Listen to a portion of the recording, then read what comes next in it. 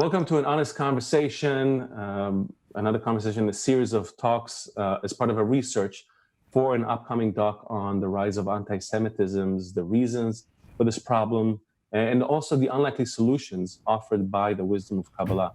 Please like, comment, subscribe below to the channel. With me today, Dr. Michael Laitman, Doctor of Biocybernetics and PhD in Philosophy and Kabbalah, author of more than 50 books translated into 18 languages, including Like a Bundle of Reeds, Why Unity and Mutual Guarantee Are the Call of the Hour. Dr. Laitman, as usual, thank you very much for being us and for working on this important topic. And I'm very, very happy to have today with us here Director of AGC Los Angeles, just started in September of this year, Rick Hirschhaut. He is the organization's chief strategist and principal spokesperson in advancing the agency's global advocacy mission in Southern California. And I'm particularly happy to have Rick because he has over 30 years of working on civil rights, humanitarian, Jewish communal advocacy. He served as the senior professional in many roles across the U.S., including 21 years with the Anti-Defamation League, and also the CEO of the Illinois Holocaust Museum and Education Center, and American Jewish Joint Distribution Committee, and American Friends of the Rambam Medical Center. So, Rick, I hope I got all this right. Thank you so much for being with us. A pleasure to be with you. Thank you.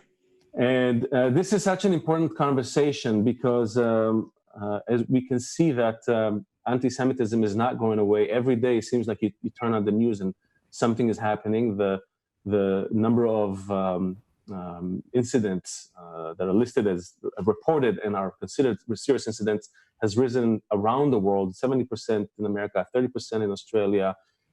In the UK, there are an average of 2 to 3 physical attacks of Jews on the streets.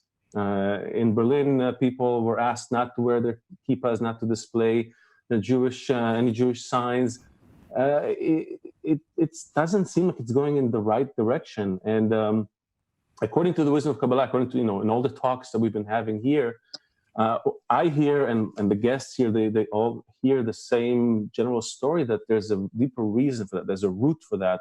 And that is that something about the way that Jews relate to the world and to each other is not right. Something is not working properly.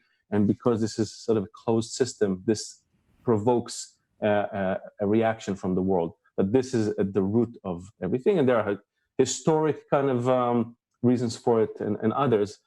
So I want to kind of, actually, I want to start with Rick because the AGC is over 100 years old. And it's regarded as some called the Dean of American Jewish Organizations. And it's one of those places that can influence or impact opinion and policy on combating rising anti-Semitism and extremism, defending Israel's place in the world, and safeguarding the rights and freedoms of all people.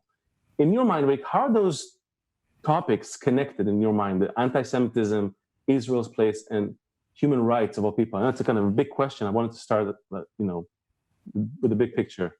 It's a big question, but it's in many respects the right question to ask. I would begin first maybe by just slightly challenging your initial premise about the some of the disagreement or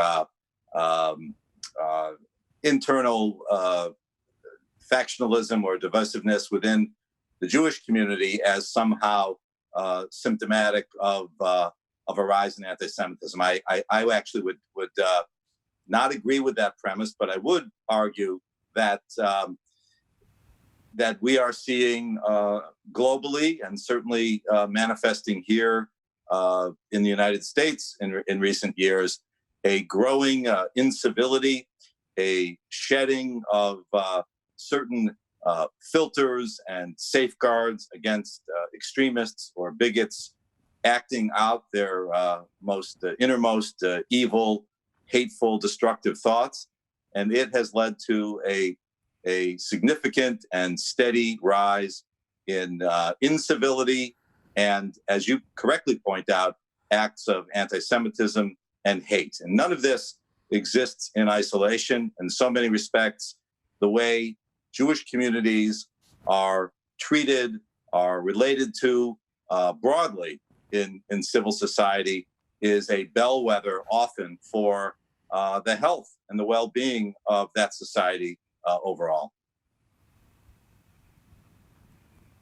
So with that, I want to turn to you, Dr. Laitman. Do you agree that the relationship between the Jewish factions and the Jews in general, do they have any bearing on the state of the world around them and the attitude of the world to them? Well, yes. What I claim is that there is a call of in our time, a specific unique process that's happening that causes the rise of anti-Semitism, and it will continue to rise, and that happens in tandem with a general global crisis that the world is undergoing, and it even has to do with the natural phenomena that we're seeing in the surrounding ecosystem. There is an escalating collapse of our civilization that has to do with every realm of human engagement, as well as the relation of the world towards the people of Israel. All these things are intertwined and they're escalating, and from what I see through the view of the wisdom of Kabbalah, this is not going to stop, and it will escalate to the point that we'll have to correct it by correcting human connections. Anti-Semitism comes from a very specific root cause. This is also something that's mentioned in the scriptures. We have to come to a point where our connections also exemplify or lay down the path for the connection of the whole of humanity. And by that, we can bring a lot of crises to a stop. And that even includes our influence on the surrounding nature, the natural system. And so, whether it happens in a better way or in a worse way, we're going to have to improve our connection, as we were familiar with the concept of love thy friend as thyself. And the Jewish people will have to do this. This is a dynamic that needs to be understood, and it's not something that we can actually escape. It is something that is right in front of us that we have to implement. The cause of anti-Semitism is because we are not carrying out this law of increasing connection. And as a result, there is increasing hatred towards the people of Israel because there is some deep-seated sense that we possess a key to this human connection. So it's not that I just want to say that, or anti-Semites are saying what they're saying. This is something that is embedded in nature, and this is the real dynamic that the Torah is talking about. So also from a simple research we can find evidence for that, and this is what Kabbalah explains in detail. And so anti-Semitism is not going to stop until we will rise in our level of connection that will radiate to the rest of the world. If the Jewish people will start doing that, then all the nations of the world will also begin to do that, and then the general crisis will subside. That's a summary of how I see it.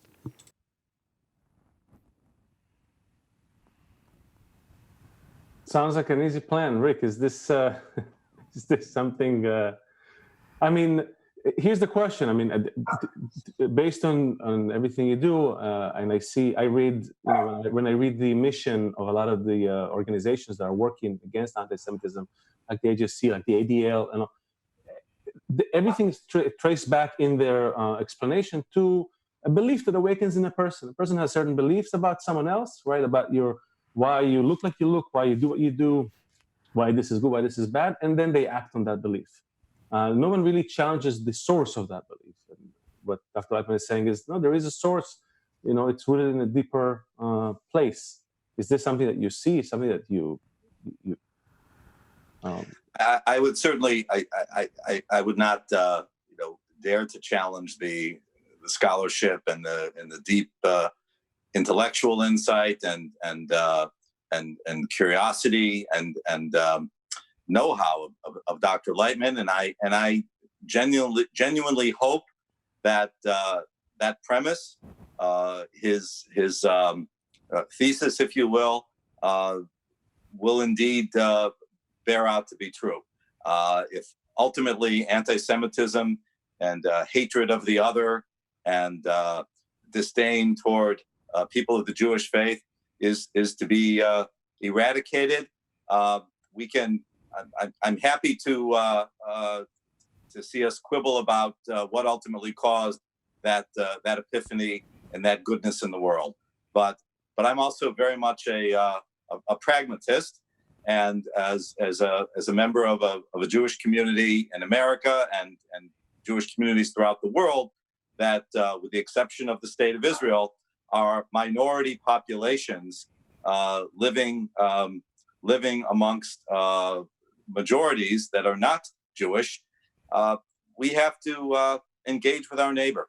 We have to find ways to create that very connection on a human level with people who may view us with suspicion because they don't know us, and that we have to overcome ignorance and do what we can to try to break through and to try to pierce that veneer of fear and suspicion that often resides in the hearts of those who, knowing without illumination, without understanding, revert to the worst angels of, or steer away from the better angels of humanity and default to uglier behavior, of which we well know through our history human beings are most capable of committing.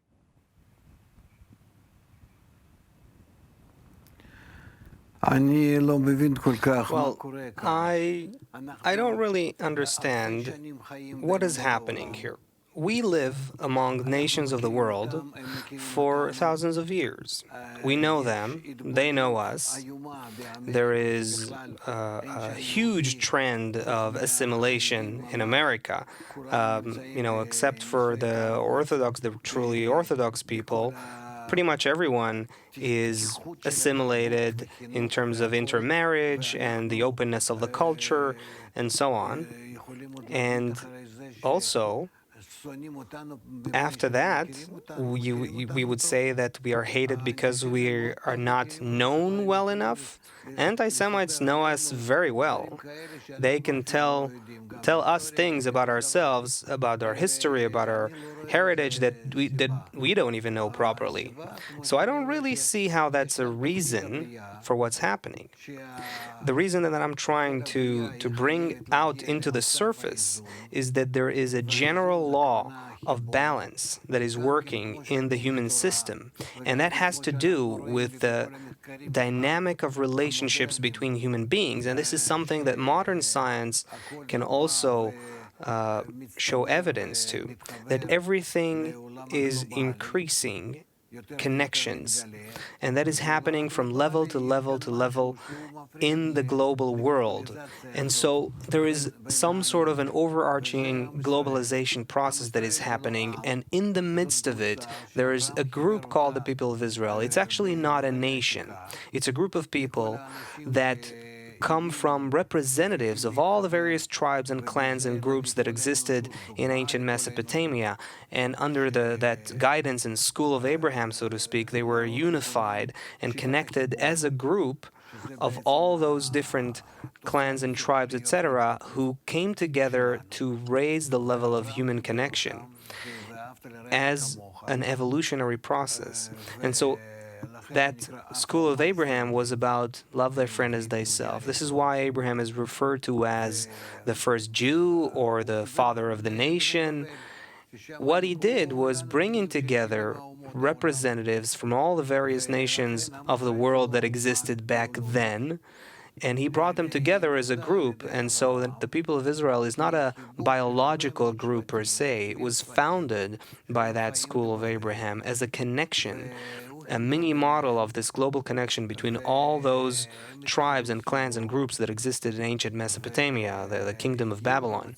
And so they came to a point of forming a new level of human connection. And so that group that was connected from so many different tribes and differences, etc., he called them Israel, from the words Yashar Kel, which means straight into that direction of a higher level, meaning that through their connection they would come to a point of connecting to a deeper force of nature, to that binding force of nature, the unifying force of nature. And so that is what emerged. They evolved to a point where after they connected, they started scattering. They lost their connection. And that is what we commonly refer to as an exile. I don't want to go into a whole historical detail here, of course. I just want to stress that the people of Israel is not a nation. It's a mini model of all the nations of the world. It's a connection between representatives of all the nations of the world. And therefore, when they scatter, when they are not connected, they scatter in all directions. They go and live among many different nations, and only when there is an external pressure, which is expressed and manifest through anti-Semitism, then they come together. So it's either they consciously realize they have to connect positively or not. And now we're coming to a point where the whole world, after many years of development, and again, this is something that you would find written in Kabbalah and in other sources. Of course, this is in my books and in other online references that I show. What it says is that now we're coming to a point, to an evolutionary stage that is a unique generation of development where this connection needs to happen on a global level. And so because the whole world essentially is that collection of the nations of the world that we are a result from that connection. If we connect, then the nations of the world begin to come together, to come closer as well. And if we don't do it, then they can't do it also. I'm talking about laws of nature. There is an evolutionary pressure towards connection. That is how nature works on us, on everyone. Now, the people of Israel, as it turns out, are to blame for the whole of humanity not moving fast enough towards connection. And that's why anti-Semitism once again surfaces and rises, this deep-seated hatred towards the people of Israel from the nations of the world. And the claim is that somehow we cause troubles. Somehow we bring troubles to the world. They don't know exactly how, why. There is some instinctive, unconscious sense that their bad feeling, their troubles come from that group of Israel called Israel. It's an internal, deep-seated demand that exists even in nations that we were never connected with. Vietnam and the Far East and so on. As they develop, they suddenly feel hatred towards Israel. Why? They don't even know why. But it's a part of their evolutionary process, because everyone is evolving towards that global connection, and that's why that hatred towards Israel surfaces. We're going to have no choice but to recognize this historical process that happened and this evolutionary process that is happening.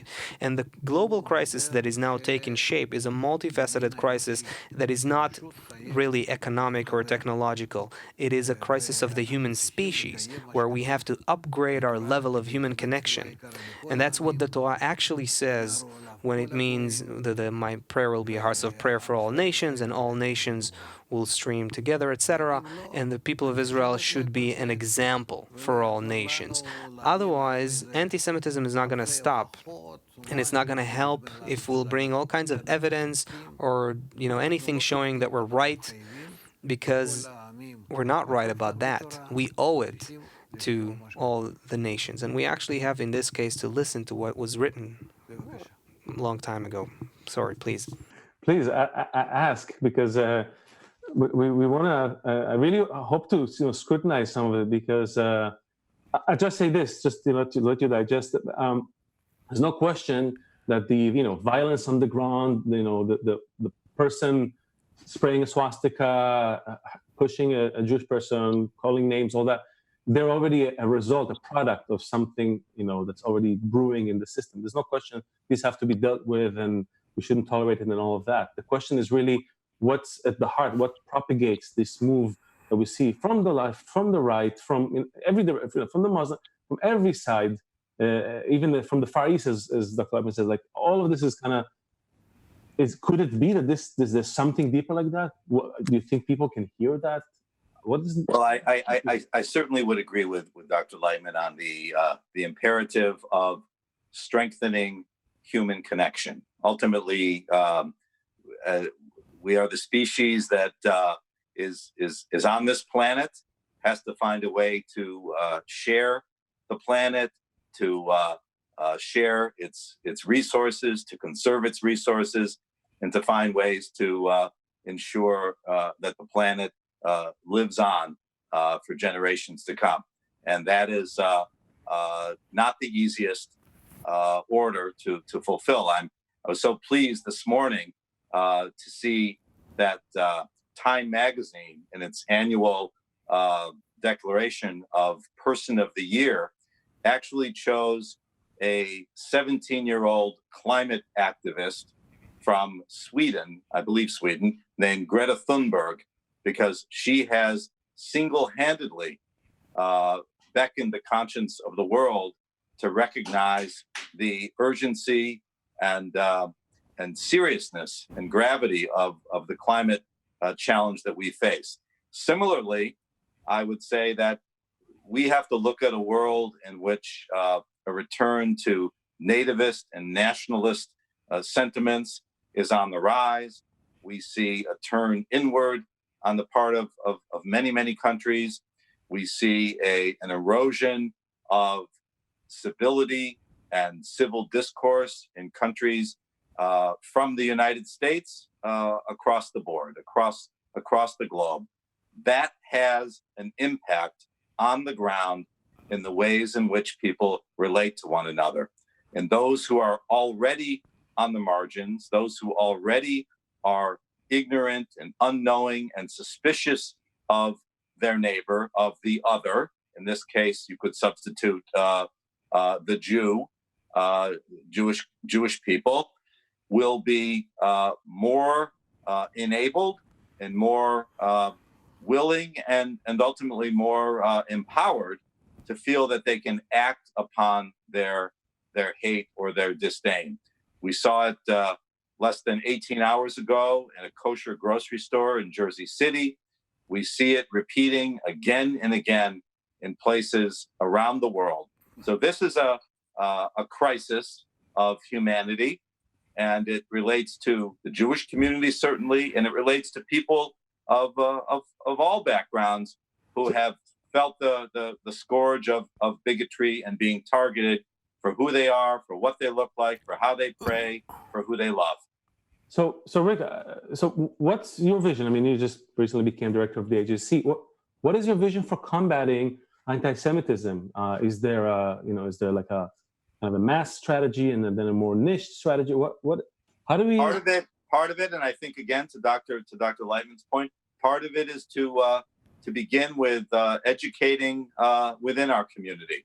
AJC released really a groundbreaking survey just 2 months ago on the eve of the 1-year commemoration of the tragedy in Pittsburgh, in which we asked a series of questions of American Jews to get a sense of how they are feeling in terms of safety, in terms of their sense of security and well-being, living in America, which has been an extraordinary, true land of opportunity the 350 plus year history that we have lived in this golden Medina. And so the results were very, very disturbing. Some, 7 in 10 Jews who were polled, and there were more than 1,200 people who were asked to weigh in, feel that they have are fearful of anti-Semitism, feel that they have experienced in some way or another anti-Semitism, and roughly 1/3 of those who were polled will go out of their way not to publicly wear items that would identify them as Jews, or would think twice about attending events at places that are clearly identified as community centers. So that's a cause for concern. We've taken that another step, and because it's an educational process, and have compiled a glossary of some of the time-worn tropes and canards that really are code and words that are indicative of anti-Semitic intent. And we're trying to teach them and explain them and understand them, and start with the Jewish community, but broaden it out to law enforcement, to public officials, to diplomats across the world, and to make this a global conversation. And this is, I guess, where my question is, and also to you, Dr. Laitman, because I see that I live here also. I'm surrounded. I live in Brooklyn, big Jewish community, friends in LA and in the East Coast, and yes, everybody's getting alarmed. There's no question. I think everybody, whatever's happening, it got everyone's attention. But I still feel a sense of some complacency. I feel a sense of, it's okay. I feel a sense of, this too shall pass. I lower my head, put the kippah in the pocket. I feel a sense of, well, it can happen here. We have Jews in, friends with all the people in power, Jews in political positions. There's a Jew running to the White House now. We have Jews at the top of all the news outlets. I mean, it's okay. We have to battle the hate, but I don't feel an urgency to do a serious introspection, to really like, am I willing to change something in how I relate to the world? Or is it more like I build a bigger wall? Dr. Laitman, what needs to happen? What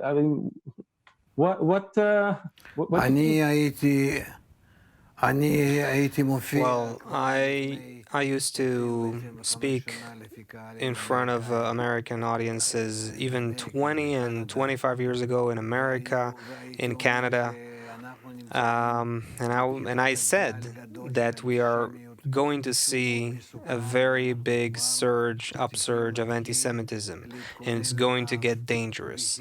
And we should already begin to prepare for it through education. Education of Jews first, understanding why that hatred emerges and how we can convert it to love. And that is what the true meaning of the scriptures. And obviously, people laughed at my face. We can see those archived recordings of such lectures. So it didn't help. I spoke a lot, and dozens of times, in front of different audiences from coast to coast, in different universities. It didn't help.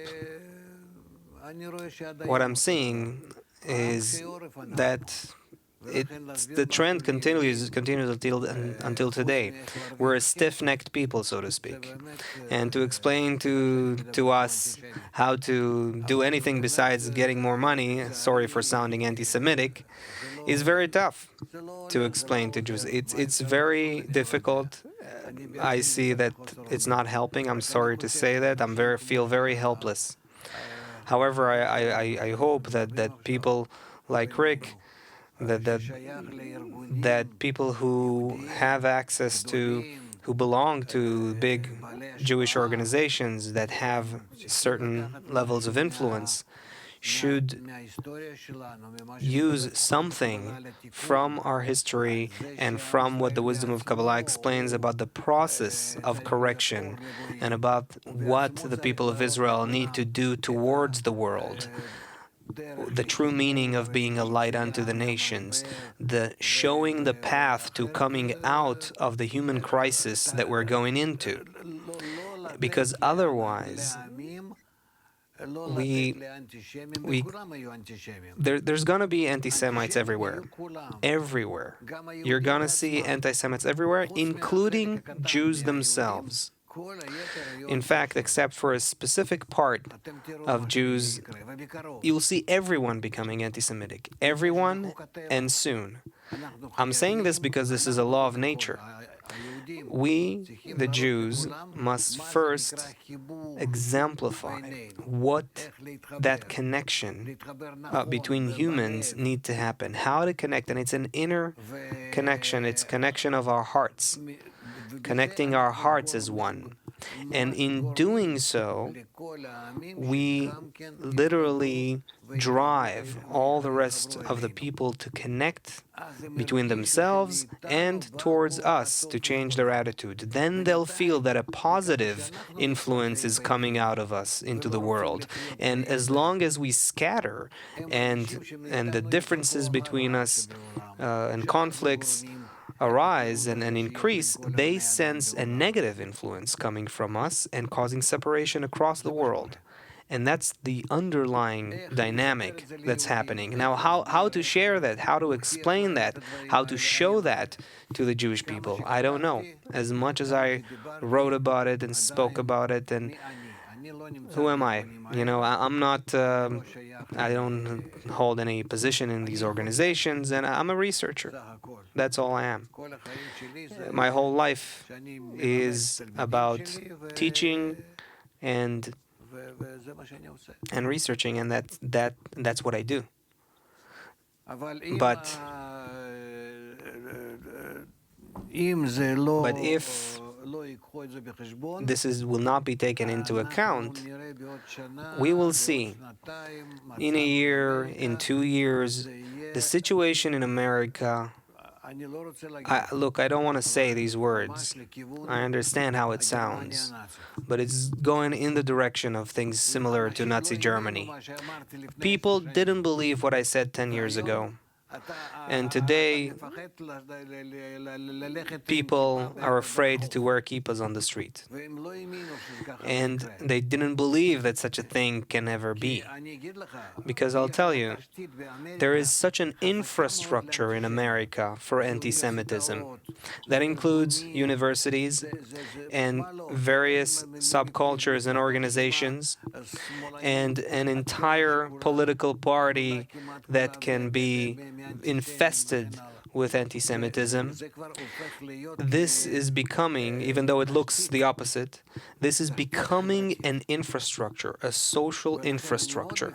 And that's why I'm very much afraid of that. And as a person who lives here in Israel, I also care, of course, about Israel and the support for Israel. And the support for Israel can only come from the U.S.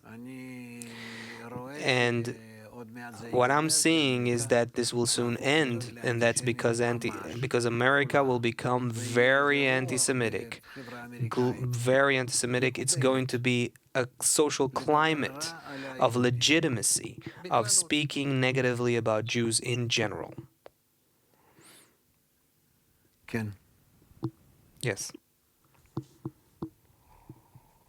Whenever I hear this is it's so jarring, and I think Rick, you've been working at this cause for so many years, and I honestly think that many people who live here, many Jews, people think that they're doing the right thing. I don't think anybody wakes up in the morning thinking, I'm going to be a bad person, right, or a bad Jew, or whatever it is. People are trying to do the right thing. I think people are trying to have, take care of their families. They give tzedakah. They go to community events. Like Leo, just I'm sorry. Look, there's a very very simple explanation. There's a very simple explanation. The people of Israel is a collection of all those nations of Babylon 3,500 years ago. Abraham collected from all those nations of humanity, from the cradle of civilization, ancient Mesopotamia. He collected representatives from all of them and into a group that was developed later on into the nation of Israel. If that group of representatives is connected or not connected, their connection influences the whole world because it's all one network. And when they scatter and are in social discord, then all of the nations are in that discord as well. And that's why we determine that level of peace or war in the world in general. And that is essentially what anti-Semitism is trying to tell us. And in that respect, they're correct.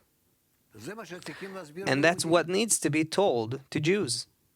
Rick, so that's the question, really. Like, do you think, can people feel that? People think that they need to do more, that what they're doing right now is not this connection? Maybe, as Dr. Laitman says, something more of the heart? First of all, I don't share the as gloomy or sobering an assessment and certainly a view of where America is headed. I think each and every day there are people of goodwill of all faiths, but certainly just looking at the Jewish community for a moment, people who are actively engaged in Jewish communal life. They are married to other Jews. They are engaged in their federation communities, their federation organizations, which is the umbrella for so many worthwhile grassroots community serving and community-based organizations. They are active in groups like AJC and ADL and APAC and JNF, and the list goes on and on. And these are people who recognize and appreciate that American democracy, which we cannot take for granted, and we have to. One of the lessons we've learned, I think, collectively from this current administration is that we have to participate in our civic and democratic life, just as Israelis do, in a very engaged grassroots way. We can't take any of this for granted. But there is a sense, I think, an abiding, an underlying sense of optimism and determination that while we are certainly living in a more challenged and challenging environment in America and in a society that is coarser and more violent, and that in part is a separate issue of the unfettered access to really weapons of human destruction. Absolutely no legitimate gun safety regulations anywhere in America, although some of the cities have tried to legislate and make their streets safer as best they can.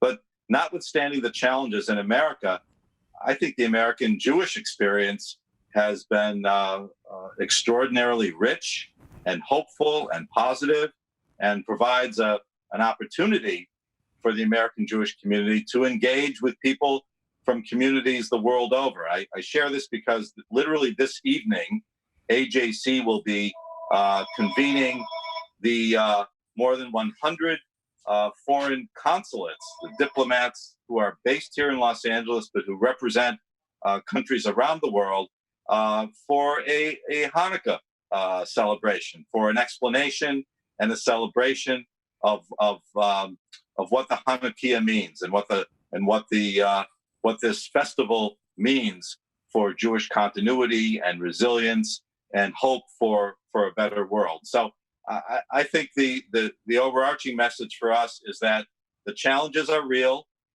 but we have the wherewithal, we have the determination, and we really have to pursue the imperative of trying to improve our world as best we can. So, Rick, Dr. Laitman, both of you mentioned education, different forms of education. Dr. Laitman, if people learn what it means to truly connect according to the wisdom of Kabbalah, what could happen? What kind of world can we expect to see If I mean, is it the same but less violent, or is there something even? Our world is naturally drawn towards integration, towards greater and greater connection, globalized connection. That's embedded in nature. It's a law of nature. It's not whether we want it or not. This is the law of our evolutionary progress. And so the more we are in balance with that trend, the more we benefit from nature. And the more we go against it, the more we suffer. The thing is that humanity cannot advance towards this positively without that advancement of that group called Israel. And that's why it doesn't matter how you look at it, we stay at the center of attention of the gradually globally interdependent, increasingly globally interdependent world. And because we have a responsibility and we have to understand it and start working on it. My hope is that Jews will recognize that the ball is in our court in this respect, and we have to play it right. I very much want to think that way, because otherwise we're looking at horrible problems. And most importantly, we can't just rest on our laurels and think that what we do with just Jewish rituals or thing like that is what we need to do. What we need to work on is connection, is a positive connection. We have to show the world the method of human connection, and then things will calm down. And people will internalize that this is the inner message that they've been expecting to hear from the Jews. And that's how attitudes will change towards us, and instead of the hatred that is increasing today. That's what I'm hoping for. That's what I'm wishing for. And I'm happy to see a Jewish person in front of me that has a true concern for the people of Israel and for Israel. And I really hope that the people of Israel, that the Jewish people, will recognize the conflict that we have here and what needs to be done about it. This is something that's been brewing for thousands of years, and it's coming to a point where it needs to come to a solution. I want to say a lot of thanks to both of you for this discussion. Thank you very much. I'll be happy to share more and speak more. I hope that in a while, maybe if we meet again, we'll be in a better state, generally, both in America and in the whole world and in Israel. However, if we don't start moving in this direction, as Kabbalah mentions, things can get really worse. Hopefully, I will be wrong. So thank you all very much, and I hope we meet again. And also, Happy Hanukkah. Just before we close, Rick, I want to also hear your side on education. Do you feel we can, work to, towards education of Jewish people as social glue, really? On the left, on the right, to be somehow above those things. I mean, as someone living here, I see a lot of that, even that separation, right? Just right there in the eye of the public eye and everyone's kind of attention. Do you think we can educate people to be the glue that covers everything, above everything, not on any side, but really above, taking sort of the higher ground? Can we? I hope that we will one day see the world that Dr. Laitman has devoted his life's work and his research to wanting to see come to pass. I truly do, and I think we have no other option but to work and aspire as hard as we can as a Jewish community to connect with one another and to truly be that light unto the nations and unto other people. Our world demands it, and that is that in itself is a noble and worthy aspiration to which we should all be devoting as much of our time, as much of our life as possible to seeing come to pass. I'm an optimist, but I'm a pragmatist at the same time. But I do believe that we can move the needle in a more positive and more humane direction, and we have to do all we can to make that so. Thank you for taking the time, Dr. Laitman, Rick. Really, I know you're both very busy people, but it's such an important thing. We must have more honest conversations on it. Everyone else, please like, share, comment below. Obviously, we want to hear what you have to say. I want to keep having these conversations. Thank you for the opportunity.